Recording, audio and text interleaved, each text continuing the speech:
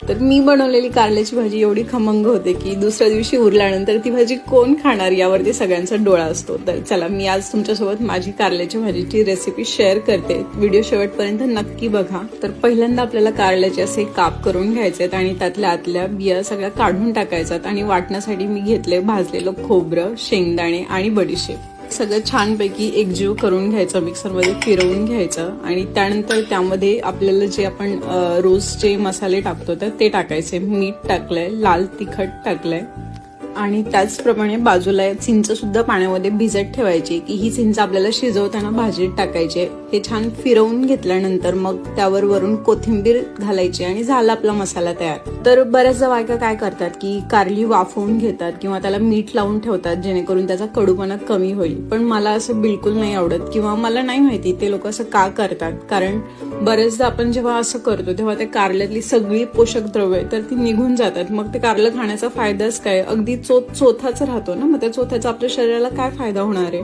थोडंसं ओलसर असं वाटण करून घ्यायचं आणि ते कारल्यांमध्ये छान असं पैकी भरायचं आणि नंतर ह्याला फोडणी द्यायची। फोडणी आपली नेहमीप्रमाणेच पॅन मध्ये तेल गरम करायचं, जिरं टाकायचं, कढीपत्ता टाकायचं, मोहरी देखील टाकू शकता, पण माझ्याकडची मोहरी संपलेली होती म्हणून मी इथे टाकली नाहीये।